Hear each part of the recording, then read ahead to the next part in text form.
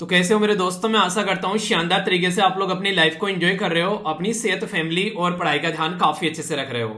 दोस्तों, आज का ये जो सेशन है आप लोगों का दिल खुश करने वाला है। क्यों?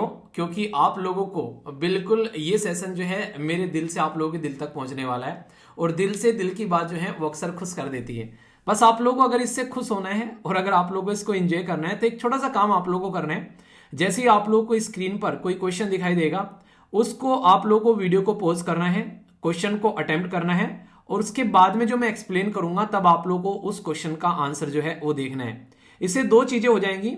एक तो यहीं पर ही आप लोगों को पता चल जाएगा कि वो टॉपिक कितना आप लोगों का प्रिपेयर है, और दूसरा अगर प्रिपेयर होगा तो आप लोगों को कॉन्फिडेंस बढ़ेगा, और अगर प्रिपेयर नहीं होगा तो जो गलती करनी होगी वो यहीं कर लोगे, एग्जाम के अंदर आप लोग गलती नहीं करोगे।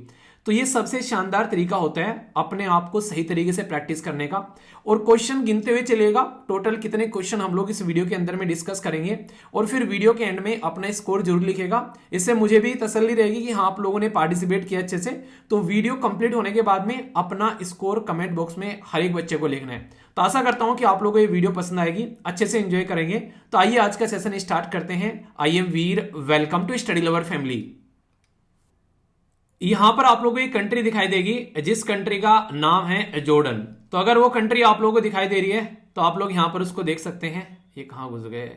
जॉर्डन सर्विस सेंटर दिखा रहा है इंडिया के अंदर में, गजब, फरीदाबाद के अंदर में। चलिए कोई नहीं, मैं जॉर्डन कंट्री ढूंढ रहा था, ये भारत के अंदर में जॉर्डन सर्विस सेंटर दिखा रहे हैं। अहो भाग्य हमारे, अब चला है ये निकल के, यहां से नहीं चल रहा, अभी रुक गया है भाई साहब। इसको जॉर्डन कंट्री के बारे में समझ में ही नहीं आ रहा है। स्टार्टिंग में ही हरकतें कर रहा है ये इंसान। जॉर्डन कंट्री अब लेके जाएगा।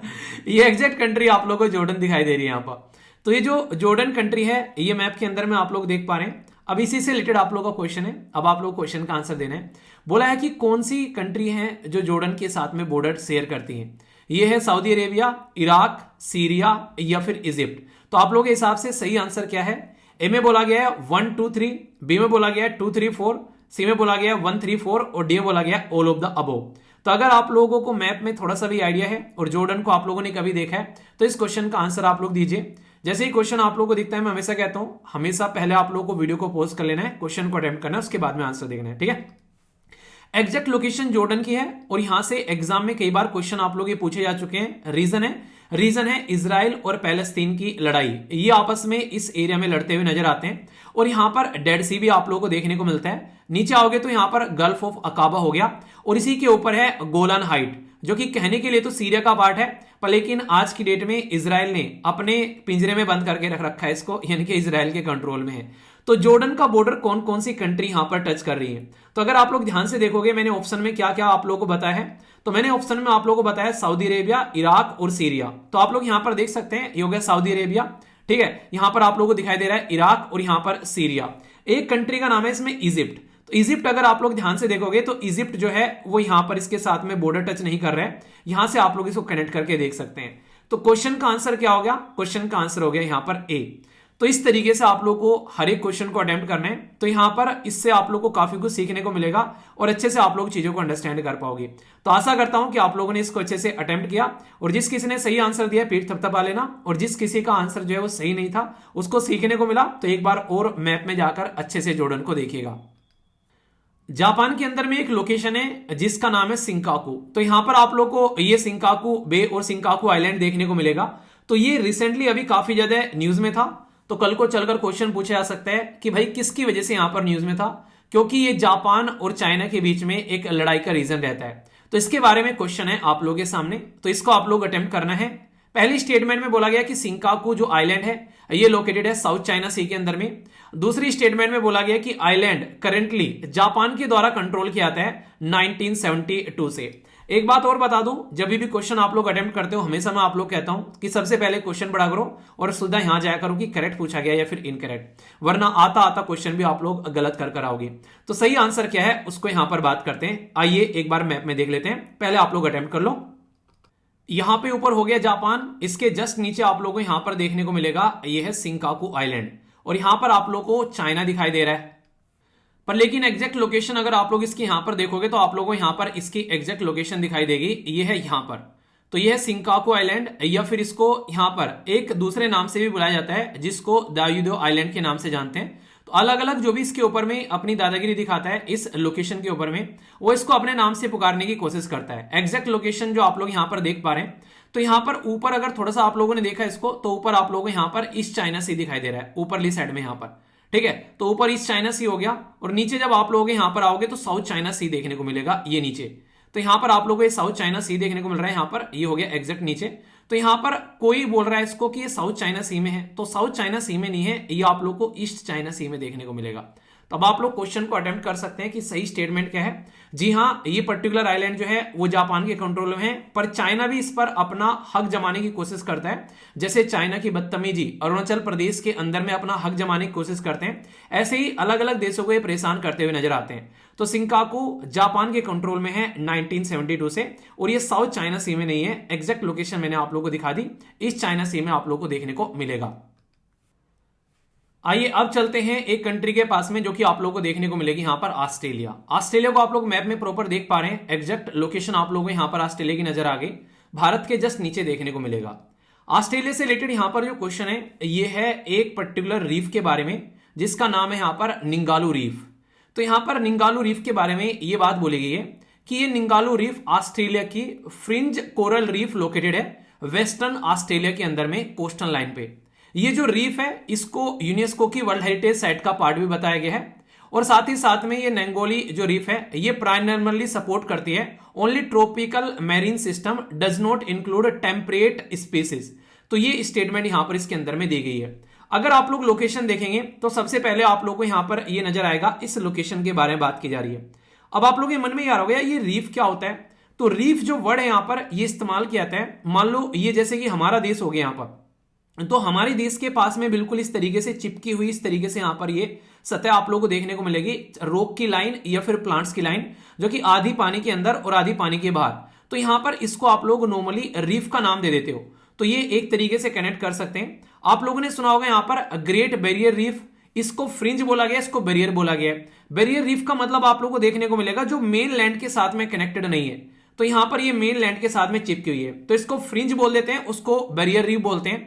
तो दुनिया की सबसे बड़ी बैरियर रीफ ये आप लोगों को यहां पर देखने को मिलेगी, और ऑस्ट्रेलिया की सबसे बड़ी फ्रिंज रीफ भी आप लोगों को यहां पर देखने को मिलेगी।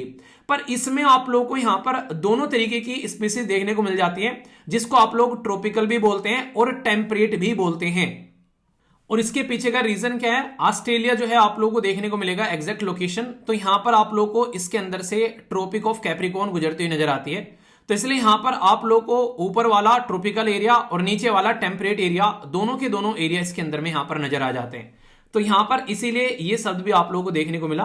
तो यहां से आप लोगों ने एक तो इनमें डिफरेंस देख लिया कि बैरियर रीफ और यहां पर जो फ्रिंज रीफ है उनमें क्या डिफरेंस है, और यहां पर इसी के साथ में इसके अंदर में दोनों तरीके का सिस्टम पाया जाता है, तो भी आप लोगों को समझा दिया। तो ये ओनली वर्ड की वजह से ये स्टेटमेंट इनकरेक्ट हो जाती है। और रीफ क्या है अब आप लोगों के माइंड में ये भी क्लैरिटी रहेगी।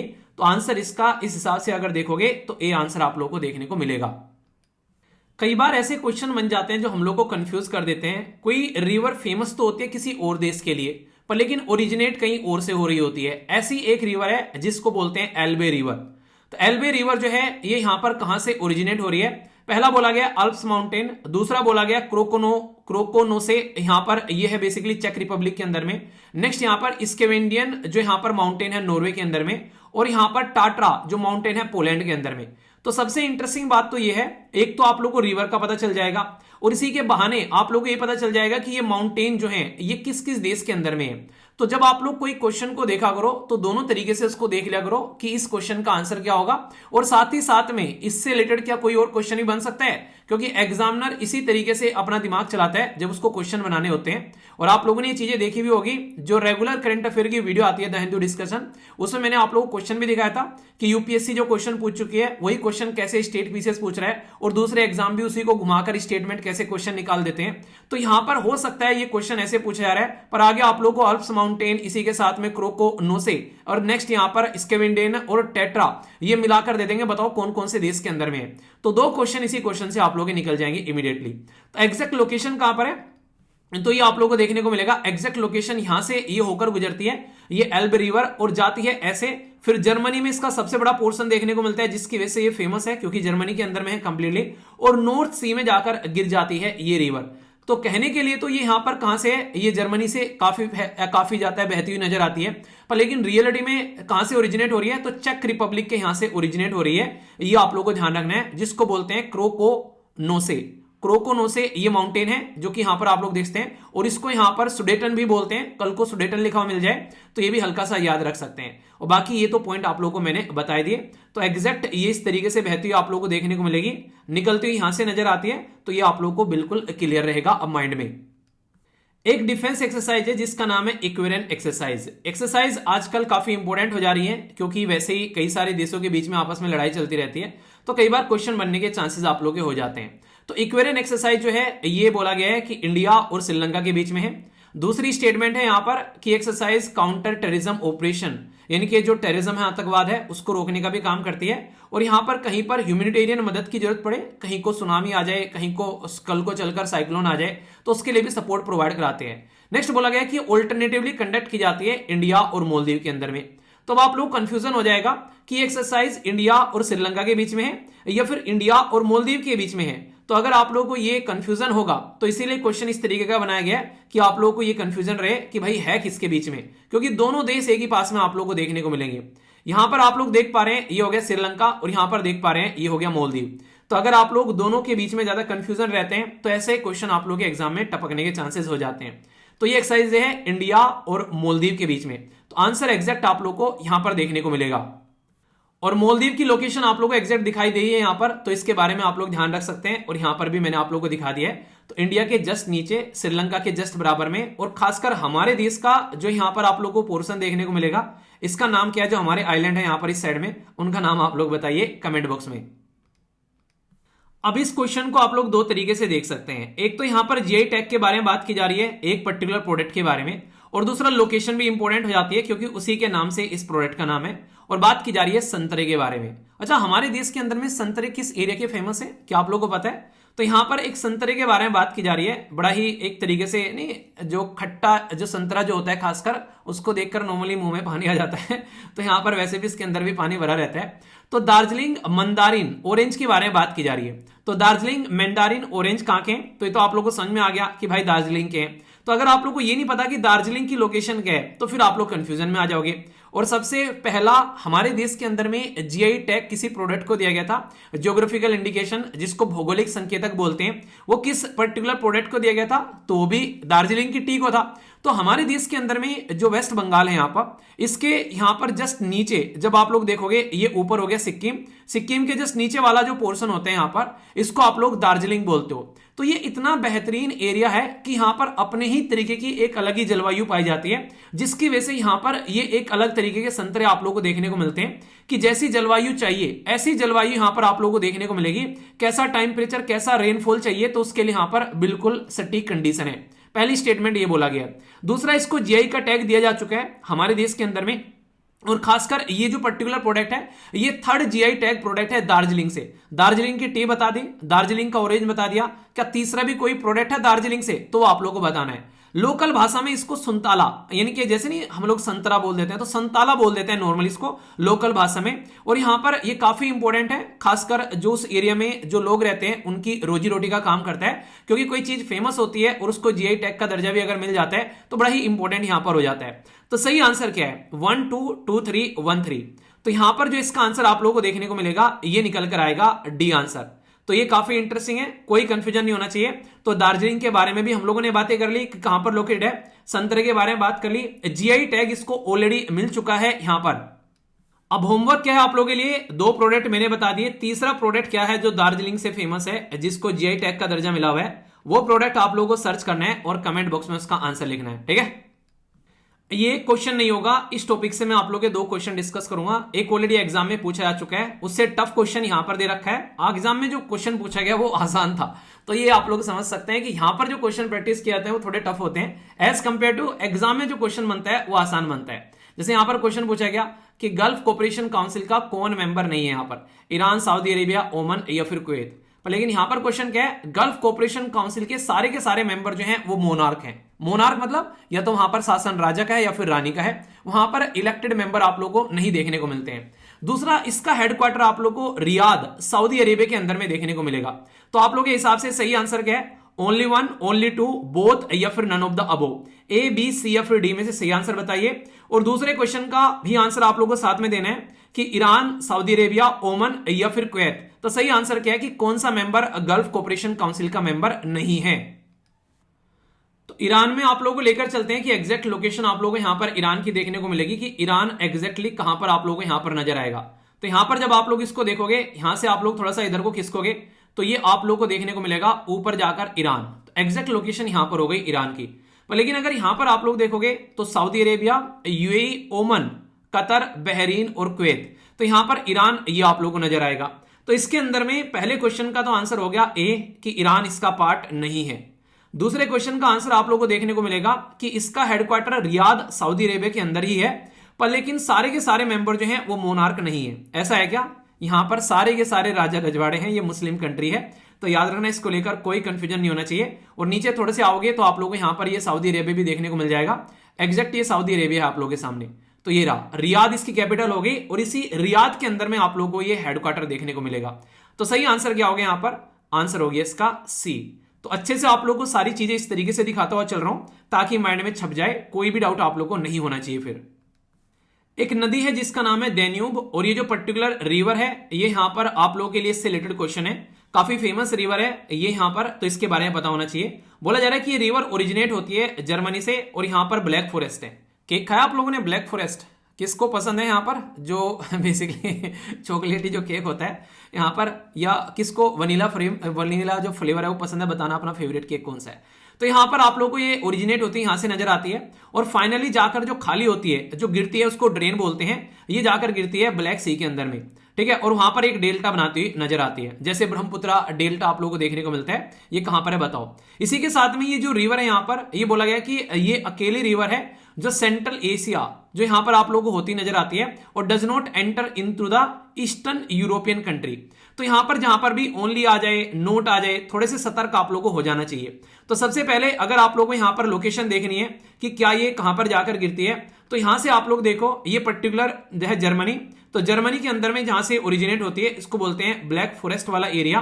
और ये ऐसे बहती हुई ये रिवर जो है आप लोगों को यहां से आती हुई ये आप लोग की जाकर गिरती है ब्लैक सी के अंदर में। तो ये पॉइंट आप लोग देख सकते हैं। तो अगर आप लोग देखना चाहते हैं एग्जैक्टली ब्लैक सी आप लोगों को कहां पर देखने को मिलेगा, तो ये है ब्लैक सी की लोकेशन, जो कि बहुत ही ज्यादा न्यूज में रहा है रिसेंटली। आप लोगों ने इसके बारे में सुना होगा कि जो रसिया और यूक्रेन आपस में लड़ रहे थे, तो इसलिए यहां पर आप लोग को ये न्यूज में देखने को मिल जाता है। इसको थोड़ा सा और अगर आप लोग जूम करेंगे तो यहां पर आप लोग को देखने को मिलेगी एग्जैक्ट लोकेशन, ठीक है। तो यहां पर जाकर ये नदी गिर रही है, तो आप लोग को इसके सारी बातें एक एक कर माइंड में क्लियर हो जानी चाहिए। और यहां से सेंट्रल से होती ईस्टर्न आप लोग को यूरोप में भी जाती हुई नजर आ रही है, इसलिए सेकंड स्टेटमेंट गलत हो गई और फर्स्ट स्टेटमेंट यहां पर करेक्ट आ गई और करेक्ट ही यहां पर क्वेश्चन आंसर पूछा गया आप लोगों से।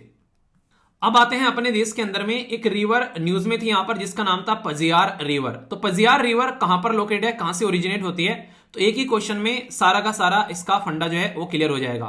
बोला गया कि पजियार रिवर जो है ये ओरिजिनेट होती है महेंद्रगिरी हिल, ये कहां पर है ये बताया जा रहा है तमिलनाडु के अंदर में, और ये one of the west flowing river है। ईस्ट और वेस्ट समझ में आता है, जैसे ये हमारी देश हो गया नीचे वाला पोर्शन, ये आप लोगों को ईस्टर्न साइड देखने को मिलेगी और ये वेस्टर्न साइड यहां पर। तो बोला जा रहा है कि इस साइड में बह रही है पहली स्टेटमेंट में। फिर बोला गया कि रिवर जो है वो बे ऑफ बंगाल में जाकर गिरती है। अभी तो कह रहे हैं कि इस साइड में बह रहा है, फिर कह रहा है बे ऑफ बंगाल में जाकर गिर रहा है। तो दोनों स्टेटमेंट एक दूसरे के अपोजिट हो गई, तो दोनों में से एक ही सही होगी। बोला गया कि यहां पर आप लोगों को देखने को मिलेगा जिसको यहां पर मनाकुंडी इस्चुरी बोला जाता है, जहां पर जाकर ये जो रिवर है ये खाली होती है, ठीक है। और यहां पर ये जो पर्टिकुलर मतलब एक तरीके से इस्चुरी बनाती है, यहां पर इकोलॉजिकली सेंसिटिव एरिया है और रिच है यहां पर मैंग्रोव्स, जो कि आप लोगों को दलदली फॉरेस्ट देखने को मिलते हैं, जो कि मैरीन लाइफ को सपोर्ट करता है और बर्ड्स का हैबिटेट भी है। तो ये तीसरी स्टेटमेंट आप लोगों को देखने को मिलेगी। सही आंसर क्या है, ए में बोला गया 1 2, बी में बोला गया 2, सी में बोला गया 1 3, डी में बोला गया 1 2 3। तो सही आंसर क्या होगा, एग्जैक्ट लोकेशन अगर आप लोग इसकी देखेंगे तो आप लोग को पता चलेगा। ये एग्जैक्ट आप लोगों को यहां पर एक एरिया देखने को मिल रहा है। अगर मैं इसको थोड़ा सा पीछे लेकर जाऊं तो थोड़ा सा आप लोगों को यहां पर पता चलेगा इसके बारे में कि किस लोकेशन के बारे में यहां पर बात की जा रही है। तो यहां पर आप लोग देख पाएंगे एग्जैक्ट ये है कहां पर, भारत के अंदर में, और यहां पर आप लोग को ये लोकेशन आप लोग को देखने को मिल रही है। तो ये पॉइंट आप लोग यहां पर समझ सकते हैं। तो ये पुजियार यहां पर लोकेशन आप लोग को देखने को मिल रही है। तो ये आप लोग यहां पर देखिए, ये है यहां पर पुजियार। तो यहां पर ये आप लोग को रिवर यहां पर नजर आ रही है। तो कहने के लिए तो यहां पर ये तमिलनाडु में आप लोग को देखने को मिल रही है ये रिवर, पर ये जाकर बे ऑफ बंगाल में नहीं गिरती है, ये जाकर गिरती है अरेबियन सी के साइड में, यानी कि इस साइड से इस साइड को बहती है, यानी कि वेस्ट फ्लोइंग रिवर आप लोगों को देखने को मिलेगी। तो ये स्टेटमेंट आप लोग की यहां पर क्या हो गई, ये स्टेटमेंट यहां पर इनकरेक्ट हो गई और बाकी दोनों स्टेटमेंट करेक्ट हो जाती है। तो आंसर आप लोग को सी देखने को इसके लिए मिल जाएगा। और इश्चुरी क्या होती है, यहां पर एक वर्ड यूज किया गया इश्चुरी। इश्चुरी के बारे में ध्यान रखना, इश्चुरी वो एरिया होता है जहां पर फ्रेश वाटर जो रहता है समुद्र के सोल्ट वाटर से जाकर मिलता है और वहां पर ब्रैकिश वाटर बन जाता है जब वो दोनों एक दूसरे के साथ मिलते हैं, और काफी इंपॉर्टेंट एरिया माना जाता है, खासकर यहां पर बर्ड्स के लिए या फिश के लिए काफी एक सपोर्टिंग इन्वायरमेंट वहां पर बन जाता है, तो अच्छी खासी मछली वगैरह पाई जाती है। तो इश्चुरी भी आप लोग यहां पर वर्ड याद रखेगा। तो नदी का मुहाना जो होता है नॉर्मली जहां पर ये सारा काम हो रहा होता है, तो उस रीजन के बारे में बात की जा रही है। एक लेक जो रिसेंटली बहुत ज्यादा न्यूज में आई उसका नाम था लेक बीवा। तो लेक बीवा जो है यहां पर ये कौन से देश में लोकेटेड है, कम से कम इतना तो आप लोगों को पता होना चाहिए, बाकी बात की बातें हैं। बोला गया कि ये लार्जेस्ट फ्रेश वाटर लेक है जापान के अंदर में, और सीगा पर्टिकुलर एरिया है क्योटो के पास में जहां पर ये पाई जाती है। ये बोला गया कि ओल्डेस्ट है दुनिया की, वन ऑफ द ओल्डेस्ट, यानी कि दुनिया की सबसे वन ऑफ द पुरानी जो लेक है उनमें से देखने को मिलेगी, जो लगभग 4 मिलियन ईयर एगो पुरानी है। और सबसे इंपॉर्टेंट बात यहां पर ये बोला गया it is not recognise internationally, यानी कि इंटरनेशनली इसको कोई जानता भी नहीं है, और ये कोई रामसर साइट भी नहीं है। तो सही आंसर क्या है, 1 2 2 3 या 1 3 या फिर 1 2 3। वीडियो को पॉज करके आंसर देना, फिर आंसर सुनने में आप लोगों को इसका मजा भी आएगा। यहां पर सबसे पहले इसकी लोकेशन कहां पर है, तो आप लोगों को लोकेशन देखने को मिलेगी, ये है जापान, और जापान के अंदर में एग्जैक्ट लोकेशन है यहां पर इस पर्टिकुलर लेक की। अगर आप लोगों को एग्जैक्ट इसकी लोकेशन देखनी है जापान में, तो यहां पर आप लोगों को देखने को मिलेगी, ये है लेक जो आप लोगों को यहां पर दिखाई दे रहा है बिल्कुल जापान के अंदर में, ठीक है। तो यहां पर आप लोग इसको देख सकते हैं। तो लेक बीवा की लोकेशन आप लोगों के सामने यहां पर नजर आती है। फिर से कह रहा हूं, अगर इस तरीके की कोई भी पॉइंट आप लोगों से पूछा जाता है तो आप लोगों को उसको मैप में एक बार निहारना पड़ेगा। तो यहां पर आप लोग इसको देख सकते हैं जापान के अंदर में लेक बीवा। आप लोग सोच के देखो कितनी कॉमन सेंस की बात है भाई, दुनिया की सबसे वन ऑफ द पुरानी लेक है यहां पर, ठीक है, और जापान की सबसे लार्जेस्ट फ्रेश वाटर लेक है, फिर भी इसको दुनिया में कोई रिकॉग्नाइज नहीं करेगा, फिर भी इसको रामसर साइट का दर्जा नहीं दिया जाएगा। तो ऐसी स्टेटमेंट आप लोगों का कॉमन सेंस यूज करने के लिए दी जाती है कि भाई आप लोग बुद्धि का विकास कर रहे हो या फिर बस ऐसी चीजों को रट के जा रहे हो। तो 1 2 2 3 1 3 या फिर 1 2 3 कौन सा आंसर सही है, ए बी या फिर सी में, डी में, ये आप लोगों को बताना है। तो बुद्धि का विकास होगा तो आंसर आप लोग का ए आ ही जाएगा। कई सारी चीजें ऐसी होती हैं जो कि बहुत ही इंपॉर्टेंट होती है और उसके ऊपर में स्टार लगा जाना चाहिए। ऐसी है एक नीपर रिवर, नीपर डी लिखा हुआ है स्टार्टिंग में, तो डी साइलेंट है यहां पर, नीपर रिवर बोलेंगे इसको। नीपर रिवर जो है इसके बारे में स्टेटमेंट है और बोला जा रहा है कि ये जो रिवर है यहां पर ये ओरिजिनेट होती है यहां पर वेल्दाई हिल। वेल्दाई हिल कहां पर है, ये रसिया के अंदर में, और ये यहां से होती हुई बेलारूस यूक्रेन से होती है, फाइनली ब्लैक सी में जाकर गिर जाती है। दूसरा बोला गया कि ये जो रिवर है ये यहां पर फ्लो होती है कहां से, साउथ टू नॉर्थ, और ये किसी भी देश की कैपिटल से यहां पर होकर नहीं गुजरती है। तीसरा यहां पर ये स्टेटमेंट बोला गया कि ये जो पर्टिकुलर रिवर है बहुत इंपॉर्टेंट है यूक्रेन के अंदर में, वहां पर बेसिकली बिजली बनाना, ट्रांसपोर्टेशन, इरिगेशन, उनके लिए काफी इंपॉर्टेंट है, एनर्जी सिक्योरिटी के लिए। कौन सी स्टेटमेंट करेक्ट है, 1 2 1 3 2 3 या फिर 1 2 3। जितना रसिया और यूक्रेन लड़े पिछले कुछ समय में, तो आप लोगों के लिए यहां पर ऐसे क्वेश्चन बन सकते हैं। ये तो पूछेंगे नहीं रसिया ने यूक्रेन का सर फोड़ा या यूक्रेन ने रसिया का, पर ऐसे क्वेश्चन आप लोगों से जरूर पूछ लेंगे। तो इसलिए इसको आप लोग ध्यान रखना, ये है नीपर रिवर। और अगर आप लोगों को अभी स्टेटमेंट आप लोगों ने पढ़ी कि भाई इस पर्टिकुलर नदी पर कोई भी देश की कैपिटल नहीं है, तो यूक्रेन की राजधानी कीव आप लोगों को इसी पर देखने को मिलेगी। जैसे भारत की राजधानी दिल्ली किस नदी में, किस नदी के किनारे पर आप लोगों को देखने को मिलती है, गंगा, जमुना, सरस्वती, कौन सी नदी है जरा बताओ यहां पर। और फिर जाकर कहां पर गिर रही है, ये जाकर गिर रही है ब्लैक सी के अंदर में। तो यहां से आप लोगों से क्वेश्चन ही पूछा सकता है, ऊपर सी ऑफ अजेव हो गया और यहां पर आप लोगों को क्रीमिया देखने को मिल रहा है। तो ये एग्जैक्ट लोकेशन आप लोगों के माइंड में बिल्कुल क्लियर रहनी चाहिए इसको लेकर। और अगर आप लोग यहां पर इसको देखना भी चाहते हैं तो आप लोग यहां पर इसको देखेंगे एग्जैक्ट लोकेशन। अगर आप लोग जाएंगे यूरोप के अंदर में तो यहां पर आप लोग को ये रिवर देखने को मिलेगी, अगर आप लोग वैसे भी इसको देख सकते हैं, ठीक है। तो कल को चलकर कोई भी कंफ्यूजन आप लोग को किसी भी चीज को लेकर नहीं होना चाहिए, तो मैप में भी आप लोग उसको देख लिया करो थोड़ा सा, ताकि आप लोग को पता चल जाए कि कहां कहां से होकर कैसे गुजरती है।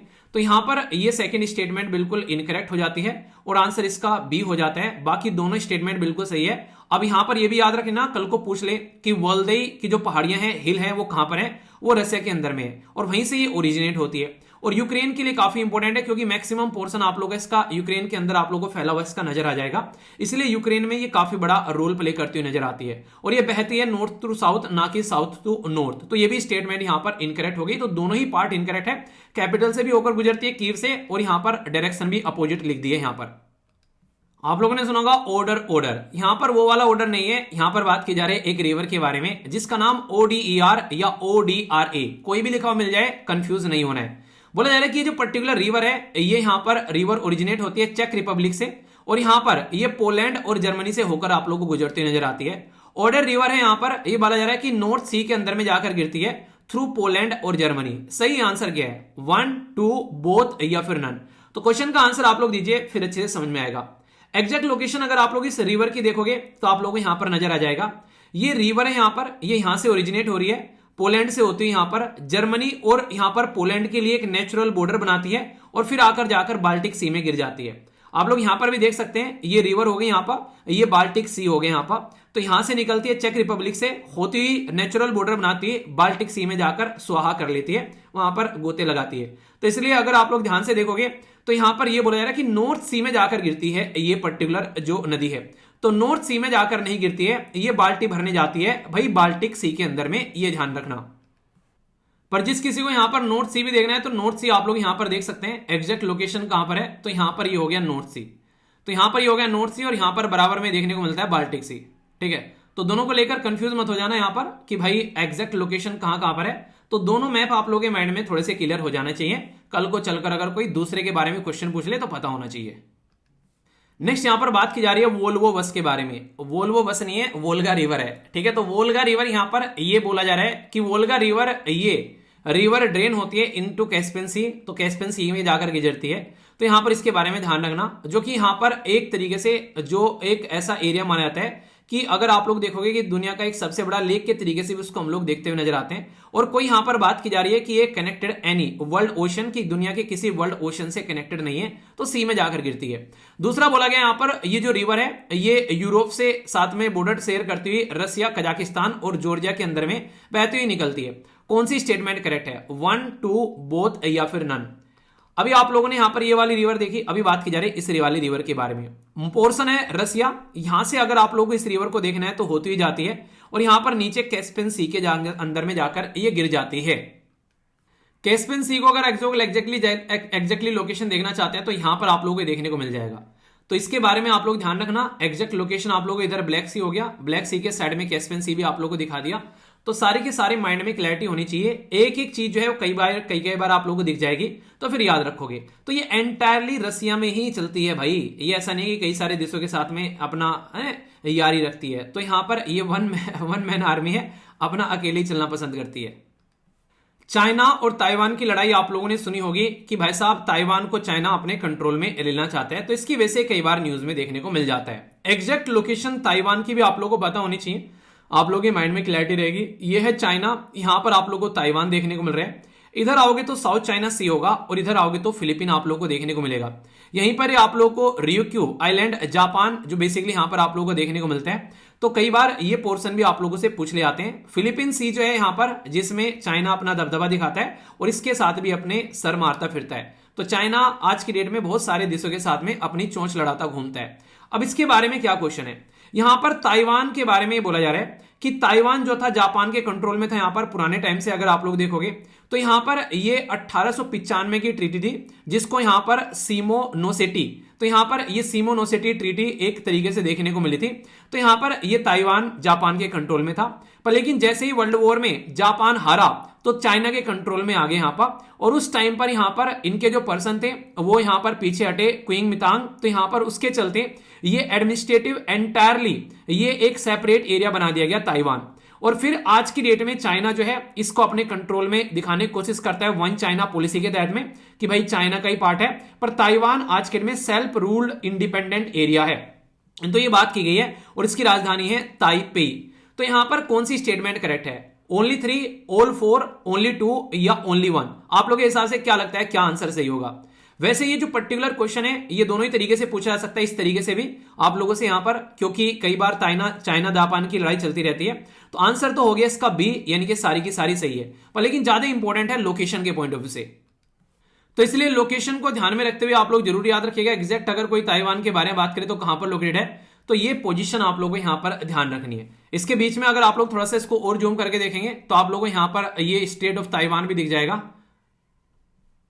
इस मैप में नहीं दिख रहा, इसके बीच वाले एरिया को बेसिकली स्टेट ऑफ ताइवान कहते हैं। दिखा के छोड़ूंगा, रुक जाओ, ये रहा ताइवान स्टेट, ठीक है। तो यहां पर इसके जो बीच वाला एरिया है, यहां पर इस रीजन को यहां पर इस नाम से पुकार देते हैं। देश के अंदर में एक एप्लीकेशन था जिसको लेकर बवाल हुआ था। सरकार ने कहा था कि सबके फोन में ये एप्लीकेशन आप लोगों को यहां पर देखने को मिलेगा। तो कौन सा एप्लीकेशन था जो यहां पर न्यूज में आया था? डिजी लॉकर, संचार साथी, या एम परिवहन, या फिर आरोग्य सेतु? तो यहां पर इसके बारे में आप लोगों को आंसर देना है ए, बी, सी या फिर डी। इजी क्वेश्चन है। तो ये था संचार साथी, और यहां पर इसके मीम्स भी बने थे कई सारे। यहां पर एस पे यहां पर प्राइम मिनिस्टर मोदी की आंख बना दी थी, और यहां पर ये बोला जा रहा था कि ये सबके फोन में झांकेंगे। तो कई सारे मीम्स भी बने थे इसको लेकर। तो ये पॉइंट आप लोग यहां पर ध्यान रखिएगा। काफी कंट्रोवर्सी हुई थी कि प्राइवेसी का हनन करेगा। Right to privacy fundamental right है। संविधान के कौन से आर्टिकल के अंदर में आप लोगों को देखने को मिलती है? और सुप्रीम कोर्ट का कौन सा जजमेंट था जिसने राइट टू प्राइवेसी को फंडामेंटल राइट बनाया? तो लिखकर देख लेना, चीजें याद हो जाएंगी। हमारे संविधान के अंदर में जो जंगल होते हैं, फॉरेस्ट होते हैं, उनका ध्यान रखने की रेस्पॉन्सिबिलिटी स्टेट गवर्नमेंट को दी गई थी। पर बाद में संविधान में संशोधन करके यह बोला गया कि स्टेट गवर्नमेंट के साथ में इसका सेंट्रल गवर्नमेंट भी ध्यान रखेगी। तो संविधान के 7वें शेड्यूल में जो 3 लिस्ट होती हैं, union list, state list, concurrent list, उसमें इसको स्टेट लिस्ट से हटाकर कॉन्करेंट लिस्ट में डाल दिया गया। कौन सा संविधान में संशोधन किया गया और कौन से साल में किया गया? तो इंपॉर्टेंट है, डायरेक्ट क्वेश्चन आप लोगों से पूछा जा सकता है।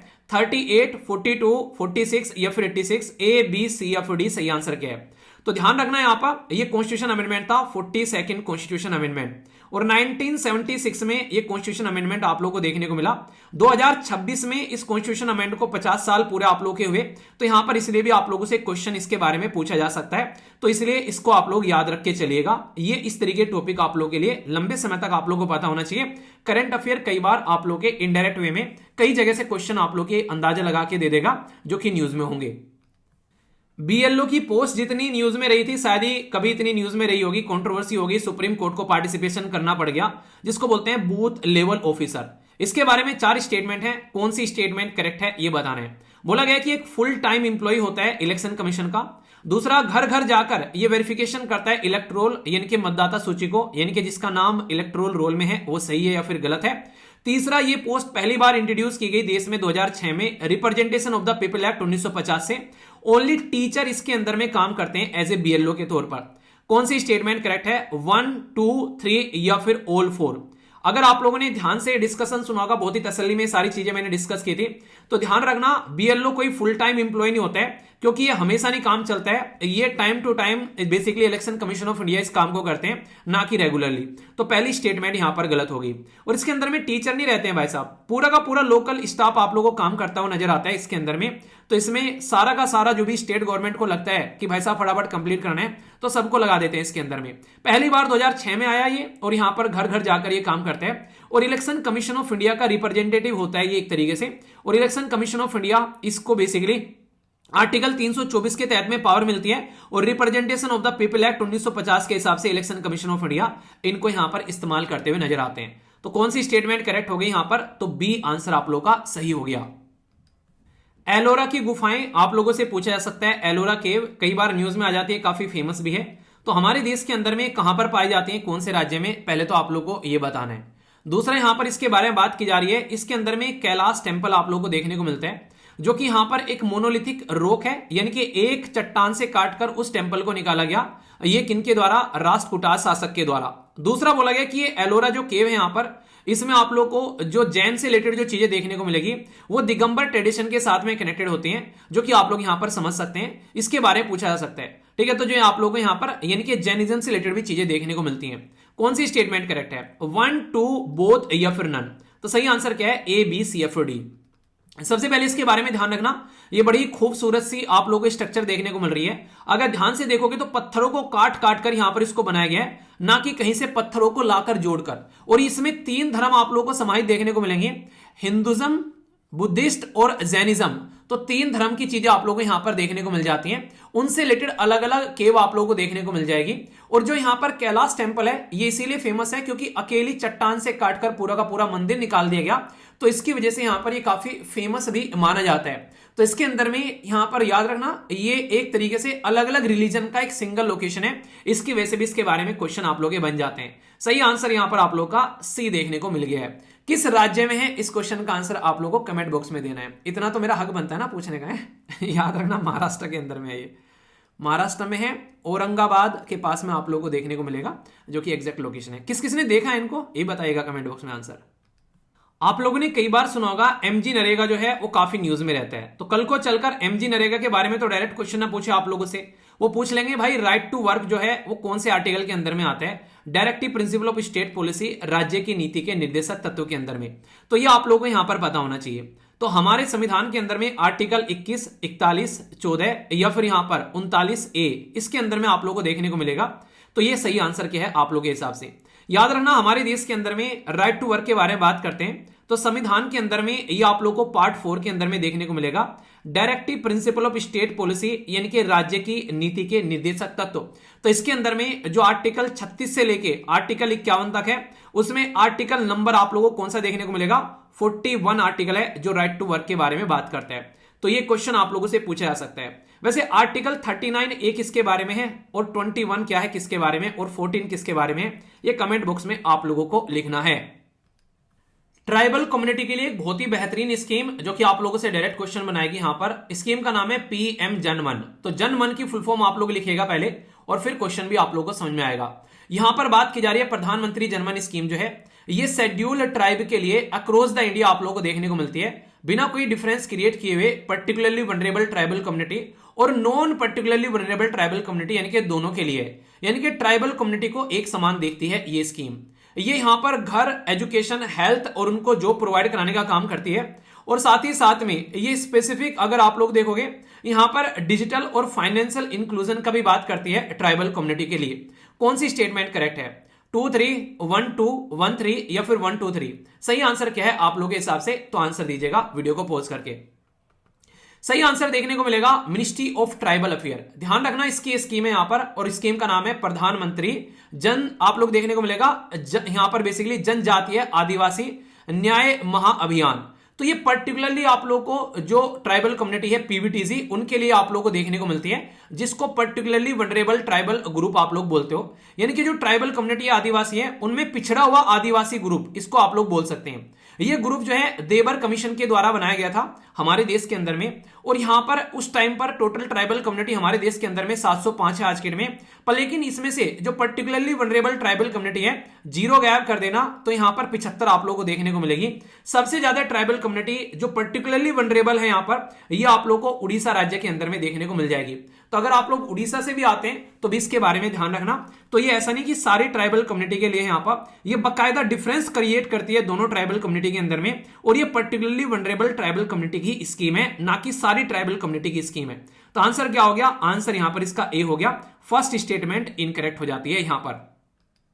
जैसे वो स्कीम जो है ट्राइबल कम्युनिटी के लिए थी, ऐसे ही एक स्कीम यहां पर आप लोगों को देखने को मिलेगी एक पर्टिकुलर सेक्शन के लिए हमारे देश के अंदर में, जिसका नाम है पीएमजेवीके। तो यहां पर इसकी स्कीम का नाम है प्रधानमंत्री जन विकास कार्यक्रम।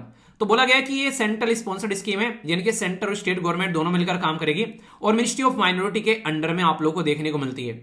इसमें यहां पर स्कीम में जो है वो इंफ्रास्ट्रक्चर यानी कि ढांचा बनाने का काम किया जाता है, हेल्थ, एजुकेशन उनको लेकर, और यहां पर डायरेक्ट कैश ट्रांसफर भी करती है ये यहां पर माइनॉरिटी कम्युनिटी के लिए। और साथ ही साथ में यहां पर ये एक फोकस ही रहता है कि गवर्नमेंट का जो प्रोग्राम है वो डेवलपमेंट का जो गैप है आज के डेट में ट्राइबल कम्युनिटी के पास ही पहुंचे। जैसे शहरों में डेवलपमेंट हो जाता है, गांव में नहीं होता है, ऐसे ही कई बार गांव में भी ठीक ठाक डेवलपमेंट होता है पर ट्राइबल कम्युनिटी के एरिया में नहीं रहता है। तो कौन सी स्टेटमेंट करेक्ट है, 1, 2, 4, 1, 3, 2, 4, 1, 2, 3, 4? सही आंसर आप लोगों को इसका देखने को मिलेगा ए, यानी कि आंसर जो है तीसरा गलत है, क्योंकि पैसे ट्रांसफर करने का काम नहीं करती है मेरे दोस्त, ये ओनली ढांचा बनाने का काम करती है। तो यहां पर सड़कें बना रही है, स्कूल बना रही है, हेल्थ जो सिस्टम बना रही है, वहां पर पैसे ट्रांसफर करने का काम नहीं है इसका। और माइनॉरिटी कम्युनिटी के लिए है, जैसे कि मुस्लिम, सिख, जो क्रिश्चियन, उनके लिए। तो टोटल कितनी माइनॉरिटी है हमारे देश के अंदर में, ये कमेंट बॉक्स में आप लोगों को बताना है। तो जैसे ट्राइबल कम्युनिटी के लिए एक स्कीम थी, ऐसे ही माइनॉरिटी के लिए भी एक इंपॉर्टेंट स्कीम है हमारे देश के अंदर। तो ये था टोटल आज का डिस्कशन। बस मुझे ये बता दो कि आप लोगों के कितने क्वेश्चन जो हैं वो करेक्ट हुए हैं, यहां पर कितने क्वेश्चन आप लोगों ने अटेम्प्ट किए हैं सही से, तो ये कमेंट बॉक्स में बताना। अगर आप लोगों के मार्क्स जो हैं यहां पर 50% से ज्यादा आ रहे हैं तो अच्छी बात है, और 50% से अगर कम आ रहे हैं तो फिर बुरी बात है यहां पर, तो उतना आप लोगों को देखना पड़ेगा। तो थोड़ा सा आप लोगों को इंप्रूव करना है। रेगुलर जो वीडियो आती है करंट अफेयर की वो देखो, फिर आप लोगों को बहुत फायदा देखने को मिलेगा। आशा करता हूं आप लोगों ने लेक्चर को एंजॉय किया होगा। फिर भी कोई दिक्कत, कोई समस्या, कोई परेशानी हो तो बताना, उसको दूर किया जाएगा। लेक्चर की पीडीएफ जो है वो टेलीग्राम पर प्रोवाइड करा दूंगा, तो वहां से जाकर आप लोग इसको डाउनलोड कर लेना। तो आज का सेशन यहीं पर समाप्त करता हूं। आशा करता हूं कि आप लोगों को मजा आया होगा। बाकी अपना फीडबैक जरूर देना, और इसी के साथ में ये वीडियो वीकली रहा करेगी आप लोगों के लिए, तो अच्छे से एंजॉय किया करना। हर एक एग्जाम में आप लोगों को फायदा पहुंचाएगी, तो सही से तैयारी करेंगे, अच्छे से एंजॉय करते हुए आगे बढ़ेंगे। तो लव यू ऑल, इतने पेशेंस के साथ में लेक्चर को सुनने के लिए। तो बड़ों को नमस्ते, छोटों को प्यार, छोटी सी लाइफ एंजॉय करार। मिलता हूं नेक्स्ट सेशन में, तब तक के लिए जय हिंद। मौज लो, रोज लो, नहीं मिले तो खोज लो, लाइफ को एंजॉय करो और आगे बढ़ते रहो। Love you all, take care, Jai Hind.